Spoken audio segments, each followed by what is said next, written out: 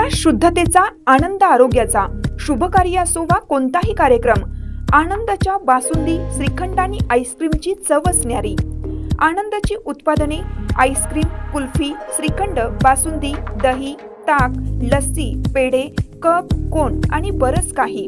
Anand ice cream and milk products, Ramanand Nagar, taluka Palus. संपर्क 90 11 30 93 99 99 75 57 16 86. कराडसाठी 90 11 16 93 99. पडळकर म्हणजे Donald Trump लेव्हलचे नेते.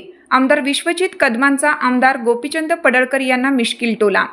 भाजप आमदार गोपीचंद पडळकर यांनी सांगली लोकसभा निवडणुकीच्या पार्श्वभूमीवर जयंत पाटील आणि विश्वजित कदम यांच्यावर तिकीट विकून इव्हेंट केल्याचा गंभीर आरोप केला होता. या आरोपाला पलूस कडेगावचे आमदार विश्वजित कदम यांनी अतिशय वेगळ्या आणि मिश्किल शैलीत उत्तर दिलं आहे, ज्याची सध्या जिल्ह्यात मोठी चर्चा रंगली आहे. आज पलूस तालुक्यातील नागठाणे येथे अवकाळी पावसामुळे झालेल्या पिकांच्या नुकसानीची पाहणी करण्यासाठी आमदार विश्वजित कदम आले होते.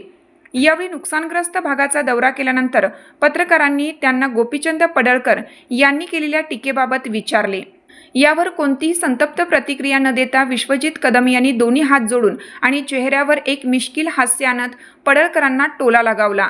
ते म्हणाले की पडळकर हे खूप महान नेते आहेत. ते थेट डोनाल्ड ट्रम्प यांच्या लेवलचे नेते आहेत.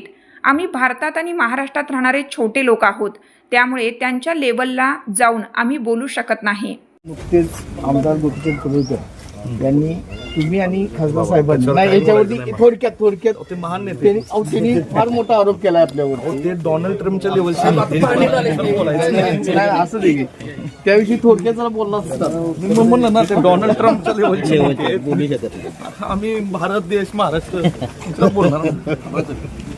एकीकडे पडळकर यांनी माझ्या भीतीपोटी हे तिघे जयंत पाटील, विश्वजित कदम, विशाल पाटील एकत्र आले आहेत आणि यांना जादा नॉलेज नाही अशी कडक टीका केली असताना विश्वजित कदम यांनी मात्र दोन्ही हात जोडून आणि पडळकरांना थेट अमेरिकेच्या माजी अध्यक्षांची उपमा देऊन हा विषय पूर्णपणे हसवण्यावारी नेला आहे.